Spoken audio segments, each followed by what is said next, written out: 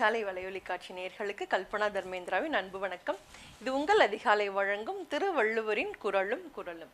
இப்போ நம்ம அறத்துப்பால்ல இல்லறவியல்ல 23வது அதிகாரமான ஈகை அப்படின்றத பார்த்துட்டு இருக்கோம். இதுல 224வது குரலா திருவள்ளுவர் சொல்லியிருக்காரு, இன்னாது இரக்கப்படுதல் இறந்தவர் இன்முகம் காணும் அளவு.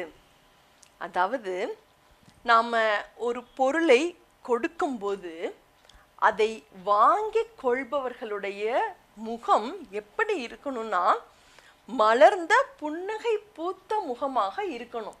அப்போ அதுக்கு என்ன அர்த்தம்? அவர்கள் மகிழ்ச்சி அடையும்படியான பொருளை நாம் கொடுக்கணும். நம்ம ஏதோ கொடுக்கணும் அவங்களுக்கு அப்படின்றதுக்காக நம்ம வீட்டில் இருக்க கிழிஞ்ச ட்ரெஸ்ஸையோ இல்லை வேறு ஏதாவது உபயோகப்படுத்தாமல் நம்ம வீட்டிலையே நம்மளே உபயோகப்படுத்தி ரொம்ப பழசானதையோ அந்த மாதிரியானதை ஏதோ கடமைக்கு கொடுக்குறோம் அப்படின்றது இல்லாமல் வாங்கி கொள்பவர்களுடைய அந்த முகமானது அந்த பொருளை பார்த்து மகிழ்ந்து புன்னகை பூத்த முகமாக இருக்கும் வாங்கி கொள்பவர்கள் அந்த பொருளை பார்த்து மகிழ்ந்து புன்னகை பூத்த முகத்துடன் இருக்குமாறு நாம் அதனை கொடுக்க வேண்டும்.